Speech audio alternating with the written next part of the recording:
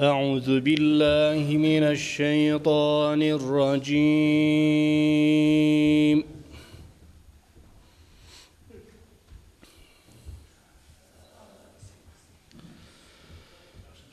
بسم الله الرحمن الرحيم.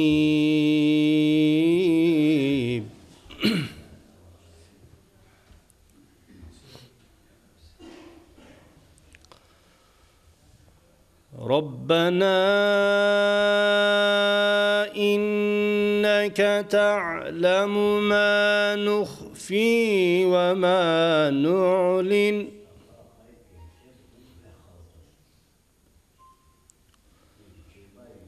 وما يخفى على الله من شيء في الأرض ولا في السماء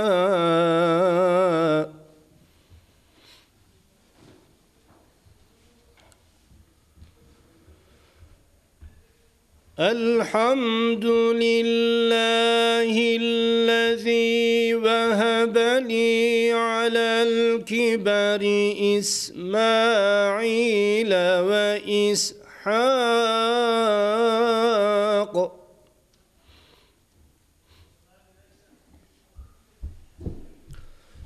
إن ربي لسميع الدعاء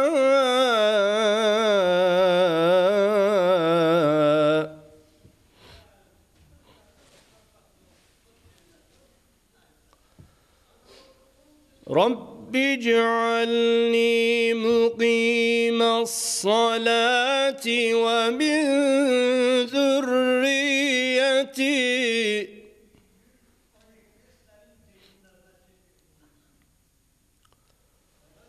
ربنا وتقبل دعاء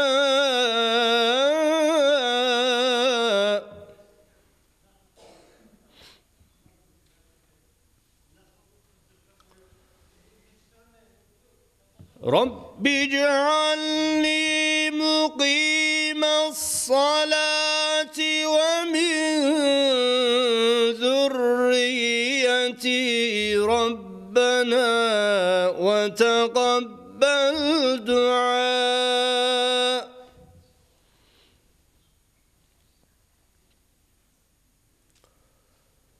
ربنا اغفر لي ولوالدي وللمؤمنين يوم يقوم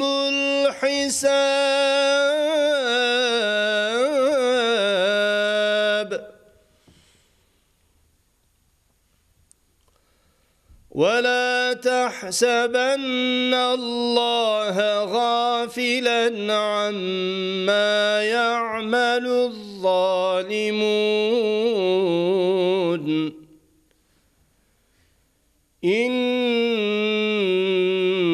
إنما يؤخرهم ليوم تشخص فيه الأبصار صدق الله العظيم. الفاتحة. بسم الله الرحمن الرحيم.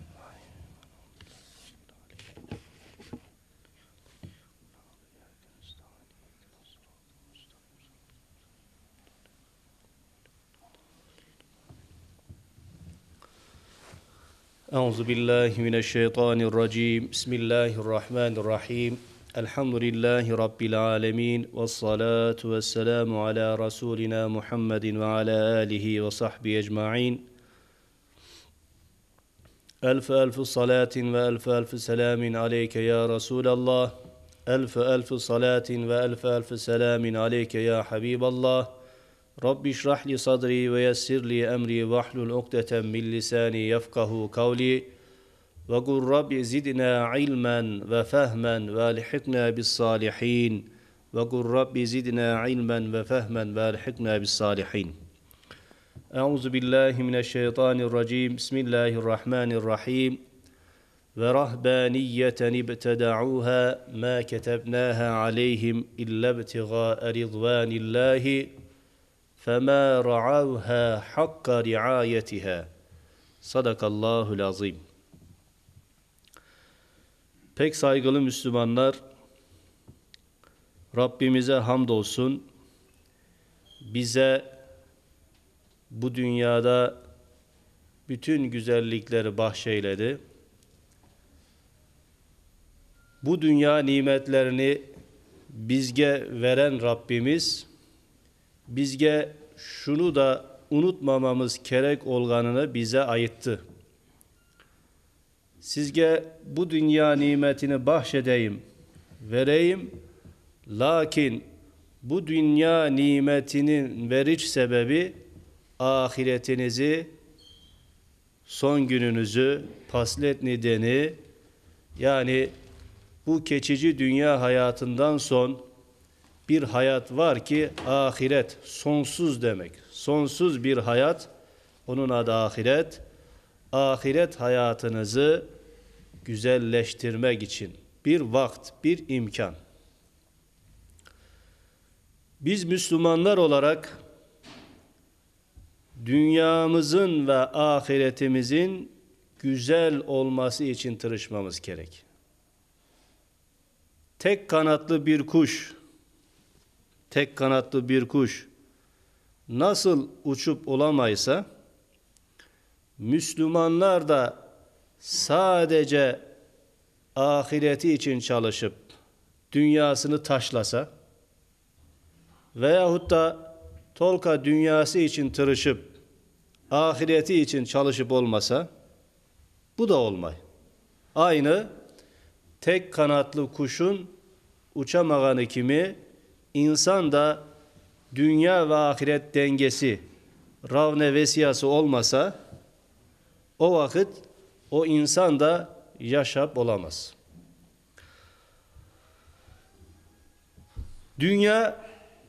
Dünya bizim için neye gerek? Dünya bizim için ahiretimizi kazanmak için gerek.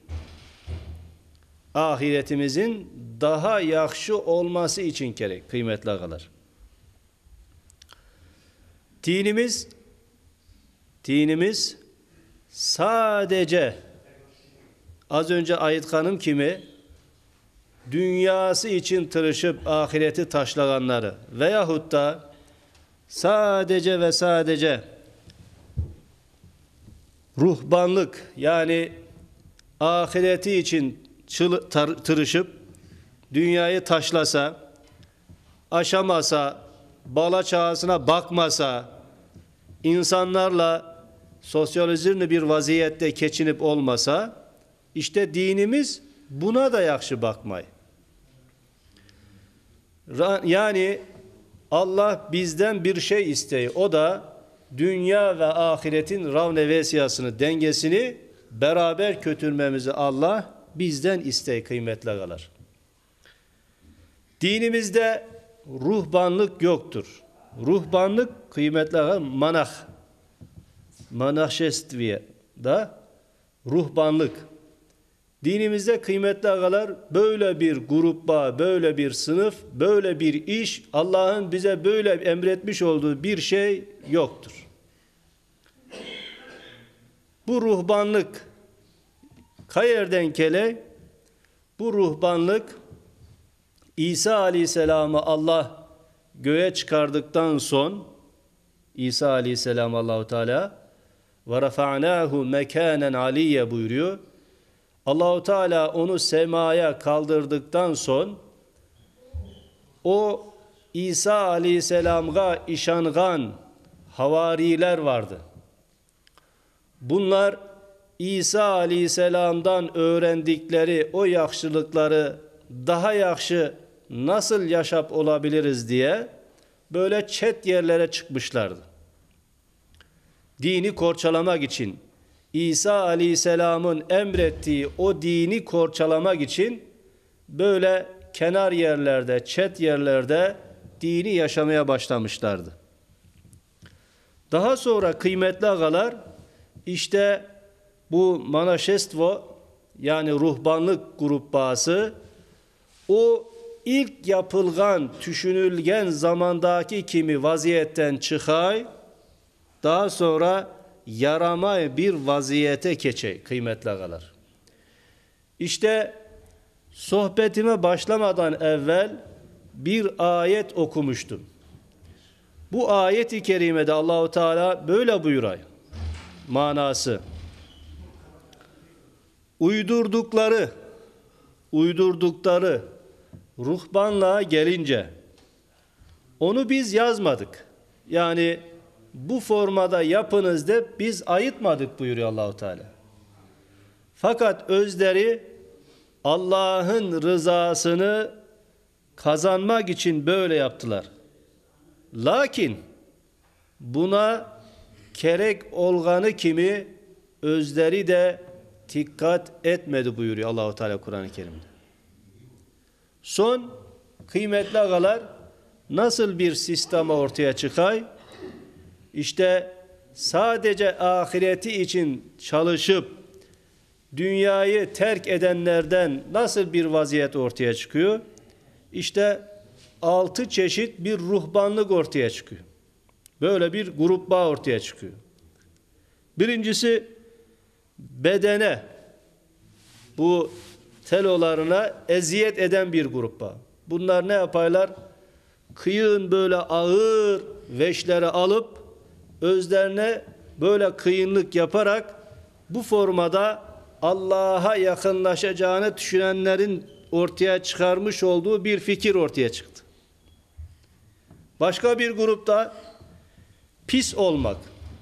Mesela hiç yuyunmayan monahlar var. Hiç yuyunmayan, temizlik yüzü görmeyen, tırnaklarını kesmeyen, aylarca, yıllarca, hatta bir doğduğunda işte anası yumuş, başka da yuyulmayan monahlar var. Böyle bir grup bağ da çıkmış. Ruhban grup bağısı.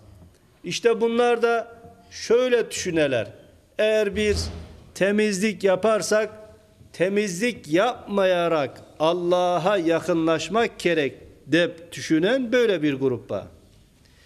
Üçüncü bir grup bağ da kıymetli ağalar, bekarlık. Hiç evlenmegen, hiç evlenmek gerek olmayan bir grup bağ da çıkmış. Bekarlık. Evlenmeyen bir grup bağ. Evlenirsek ne olur?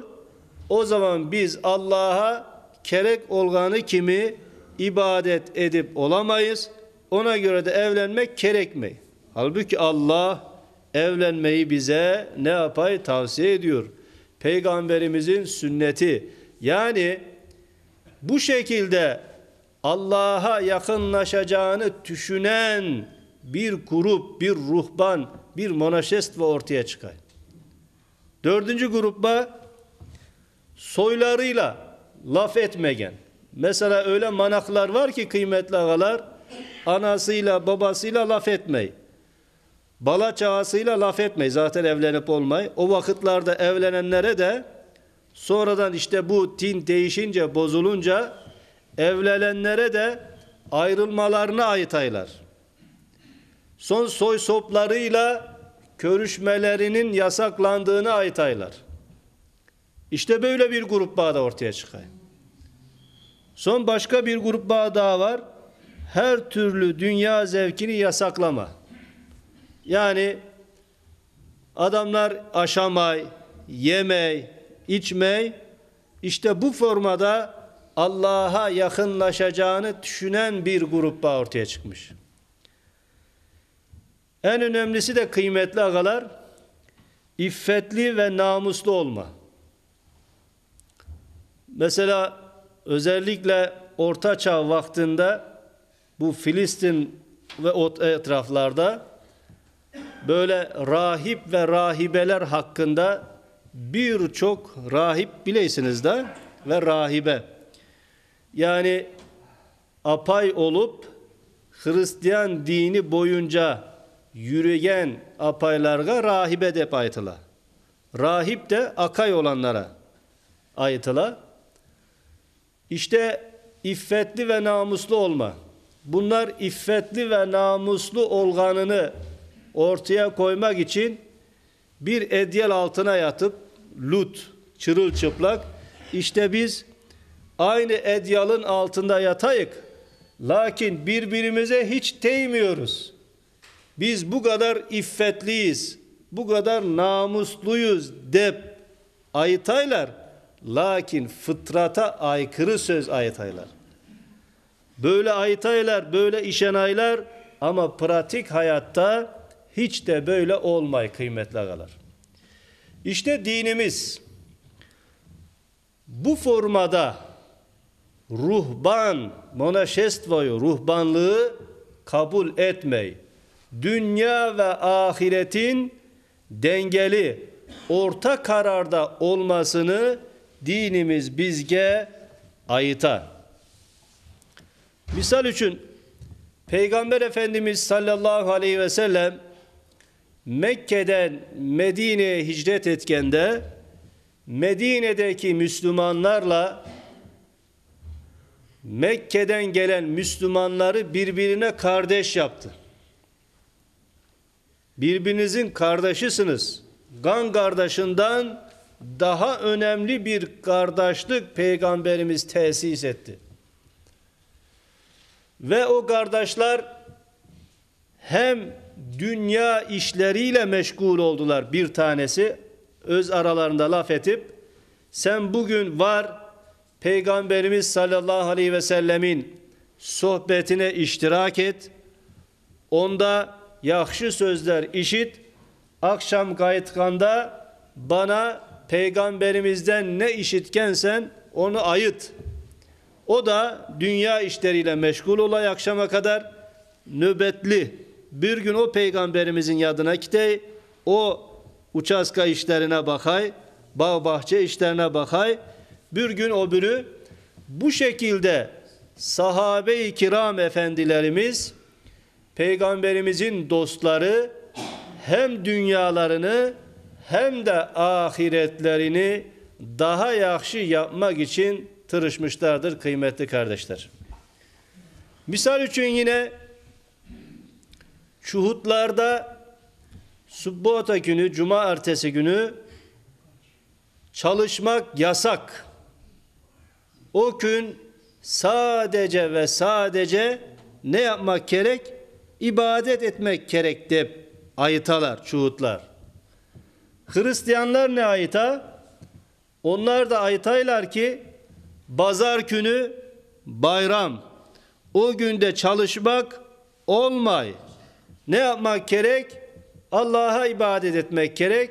Varacak yerlere varmak gerek de ayıtalar.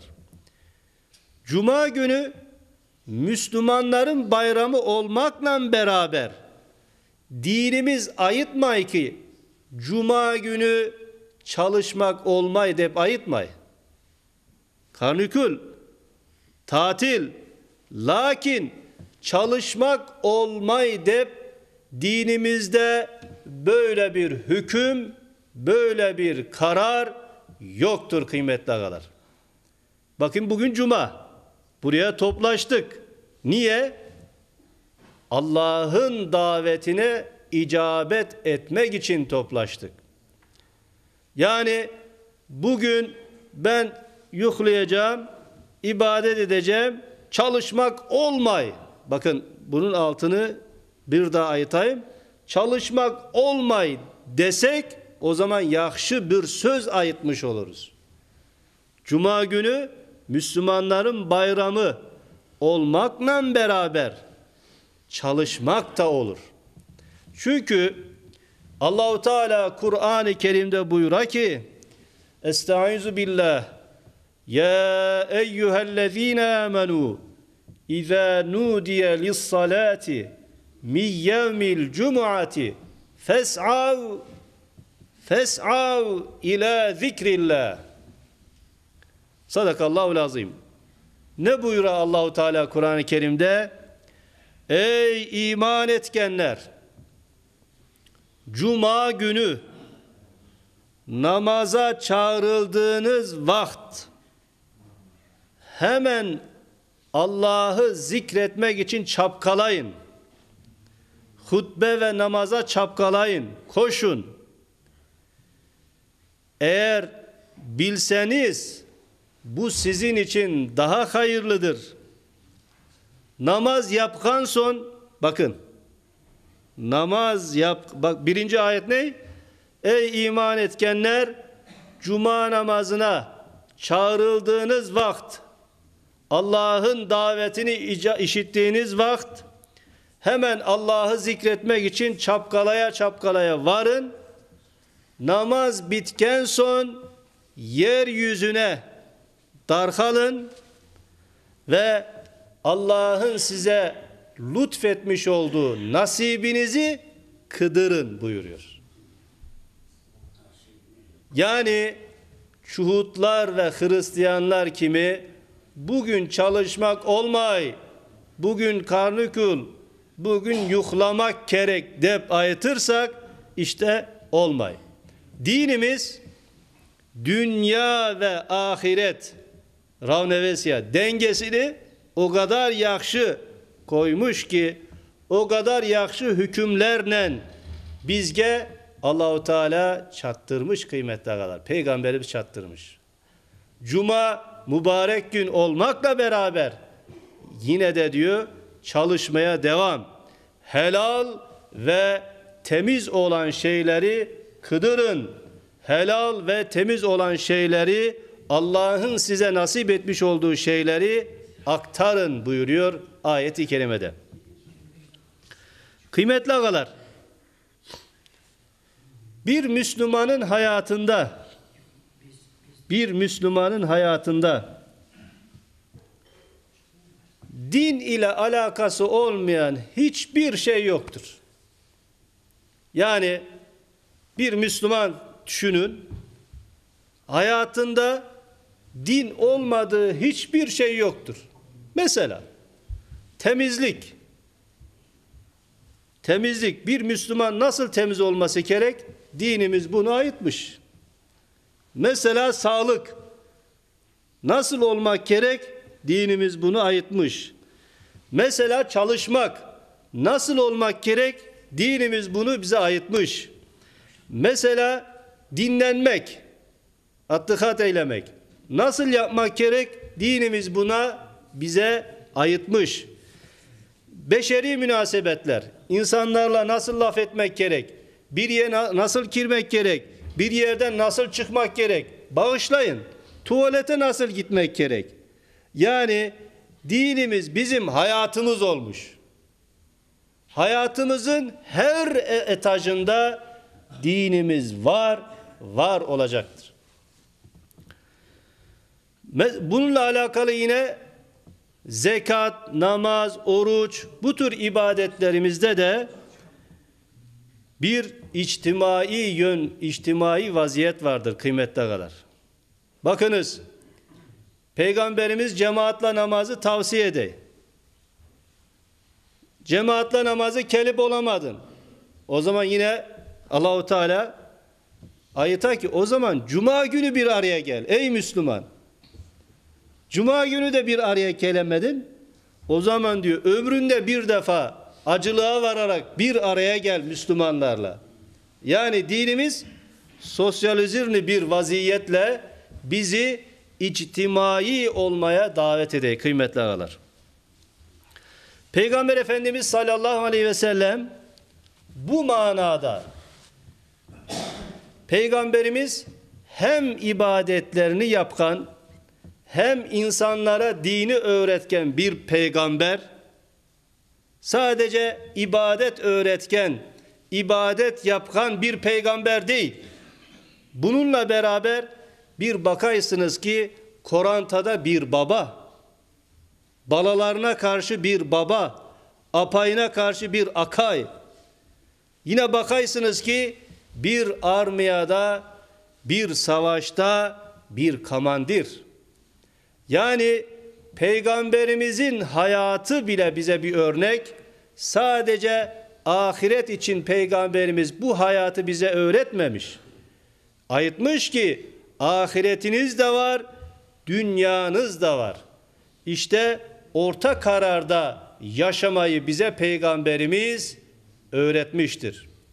Yine bununla alakalı olarak Peygamberimiz dua ederken buyura ki Allahu Teala da Kur'an-ı Kerim'de böyle dua ediniz de buyura Peygamberimiz. Nasıl?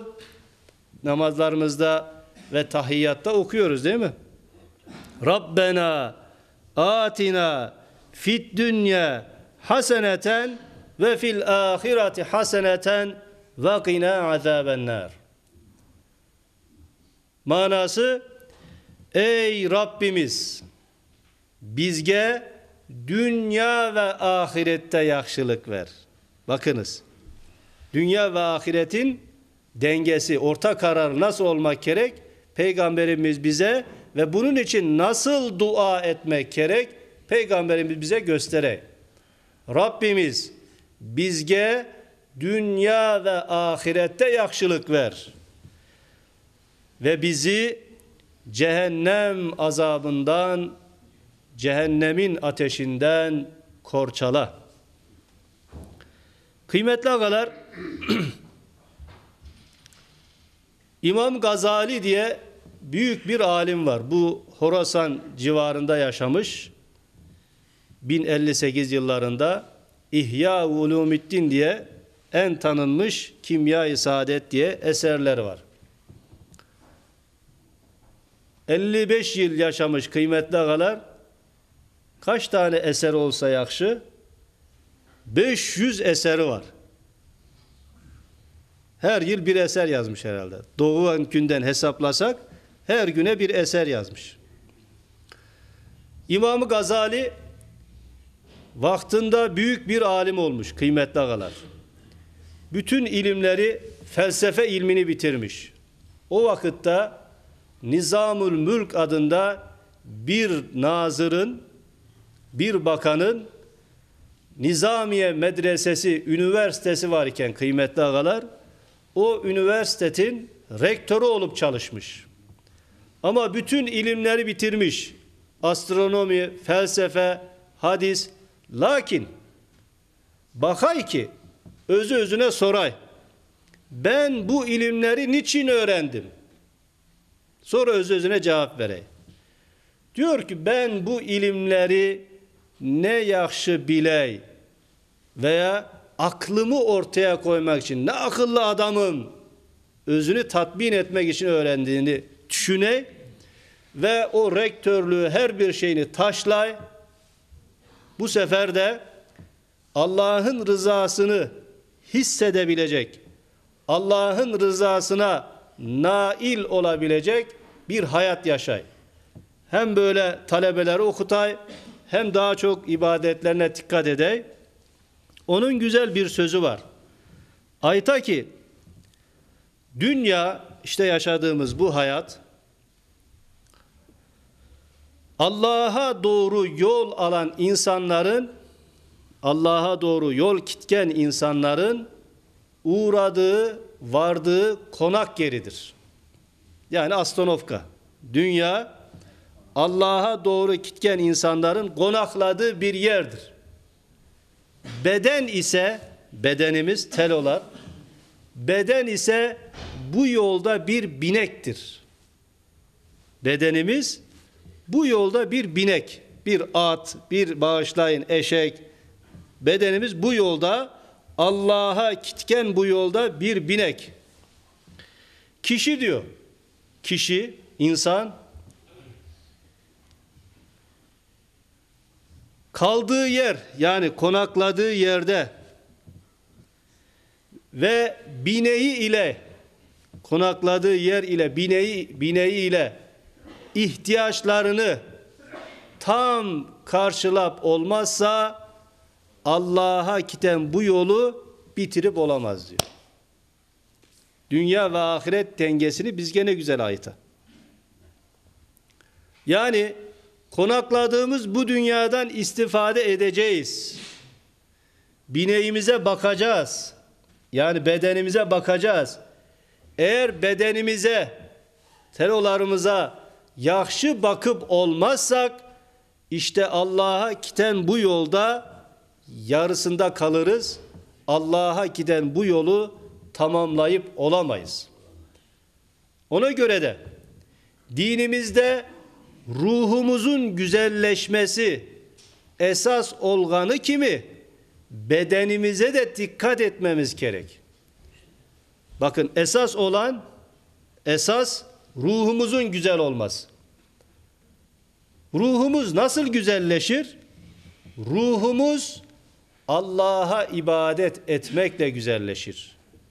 İman edeceğiz ve salih ameller işleyeceğiz. İşte o vakit ruhumuz güzelleşir, bize farklı pencereler açılır, o farklı pencereden, aknolardan güzel manzaralar Rabbim bizlere seyrettirir. Ama sadece ruhu güzelleştirmeye tırışıp bedenimize dikkat etmezsek işte Allah'a giden bu yolu tamamlayıp olamayız. Zaten Peygamber Efendimiz sallallahu aleyhi ve sellem de hadis-i şerifinde buyururlar ki insana verilen en güzel nimet sıhhattir, sağlıktır, yaxşılıktır. Zdorovya. Peygamber Efendimiz sallallahu aleyhi ve sellem bir hadis-i şerifinde buyururlar ki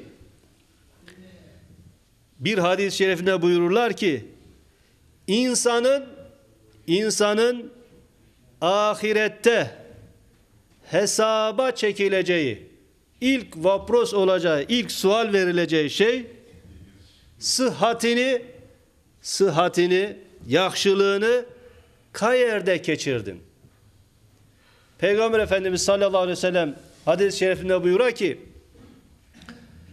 4 şeyi sormadan insanlar ahiret gününde bir adım atıp olamayacaklar.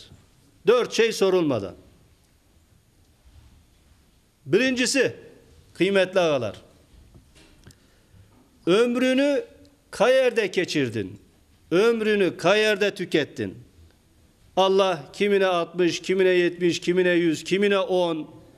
Hadi onlar küçükene hesap olmayacak. Buluğ çağından son ömrünü geçirdin. Kayerde geçirdin bu ömrü. Sana bir ömür verdim.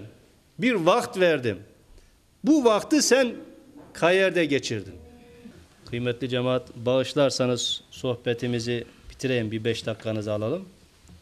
Bugünkü sohbetimizde İslam dinimizin dünya ve ahiret dengesini orta kararlı olması hakkında söz yürütmeye tırışaydık.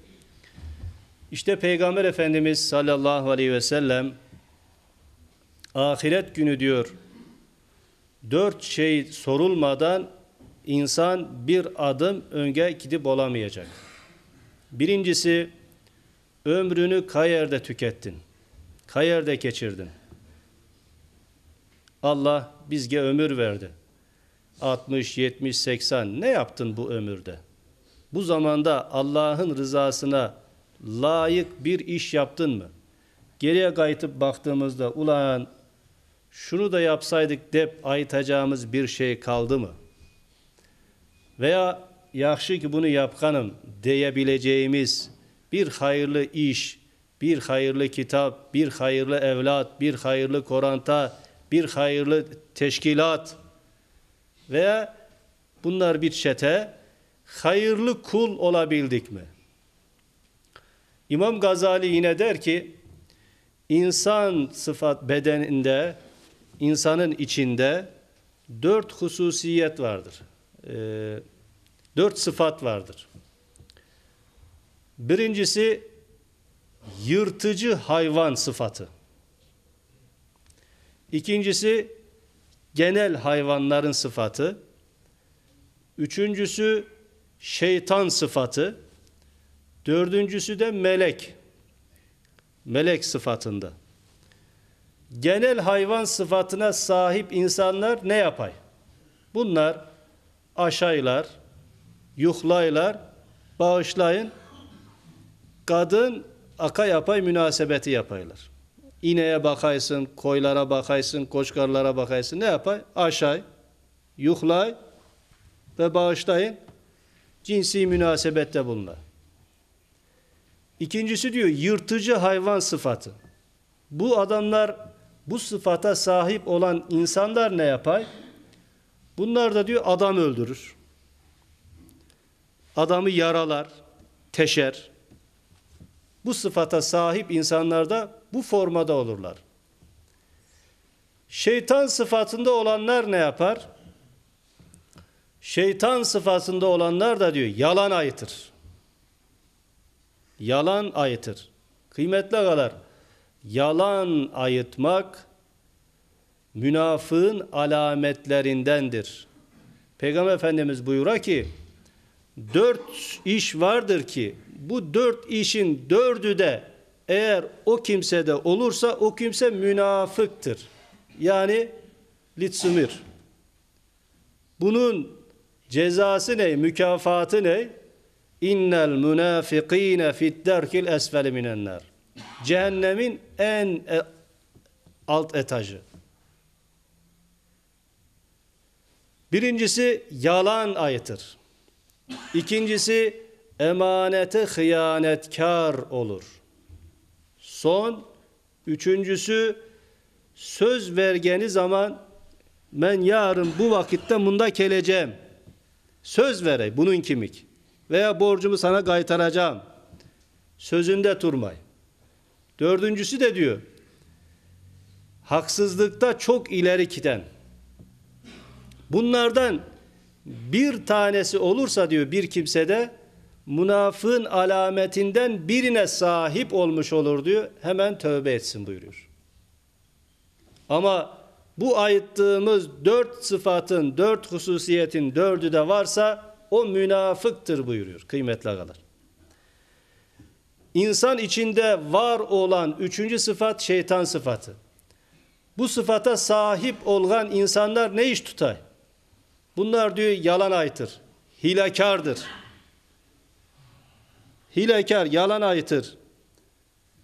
Dördüncüsü de diyor melek sıfatı. Melek sıfatına sahip insanlar, melekler ne yapar? Melekler Allah'ın cemalini, bedini seyredip Allah'a ibadet ederler. Eğer sende melek sıfatı varsa diyor, o zaman Allah'ın razı olacağı işleri yap, ameli yap diyor İmam Gazali. 4 şey. Birincisi kıymetli ağalar. Sual olunmadan ahiret günü bir adım öge gidemeyeceğiz.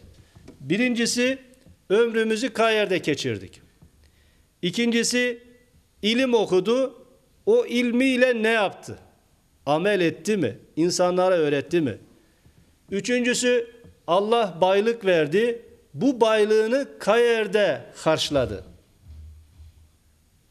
Adam hadi hayır işi var deyip aytaysın verip olamay. Misal ne yapayım? Ama ayda $100 sigaraya para veriyor mesela.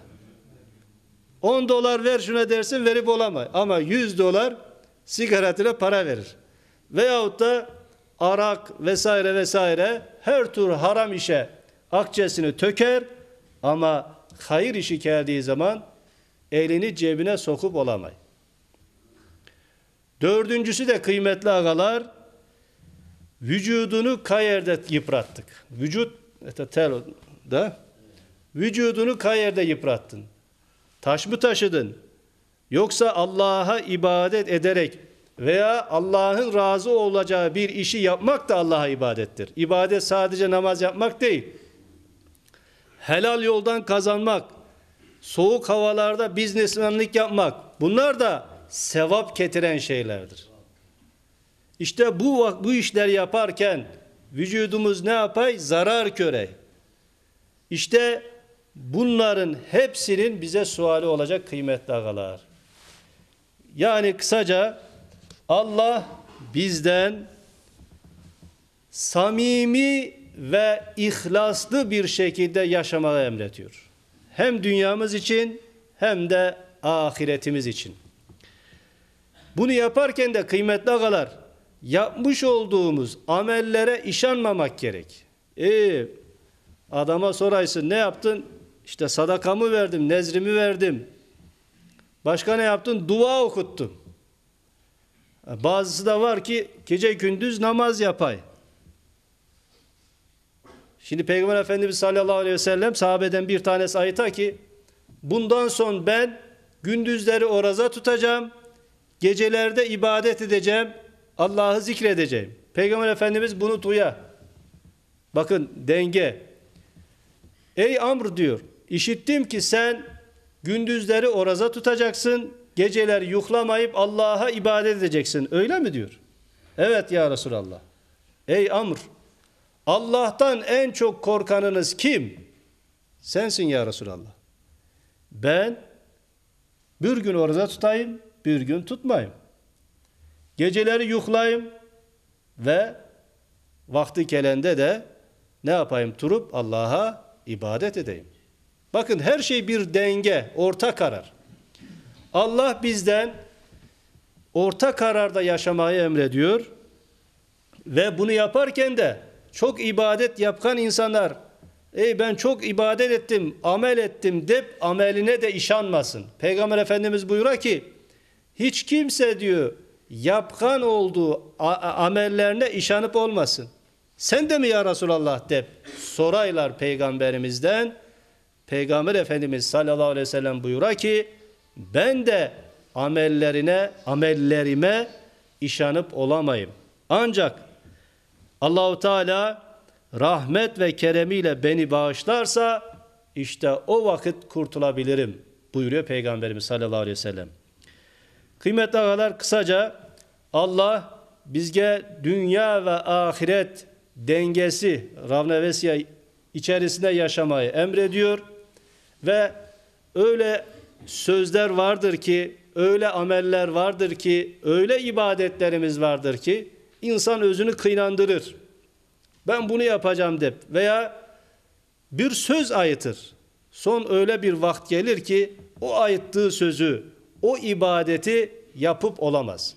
Ona göre orta kararda yaşamayı Allah bize emrediyor.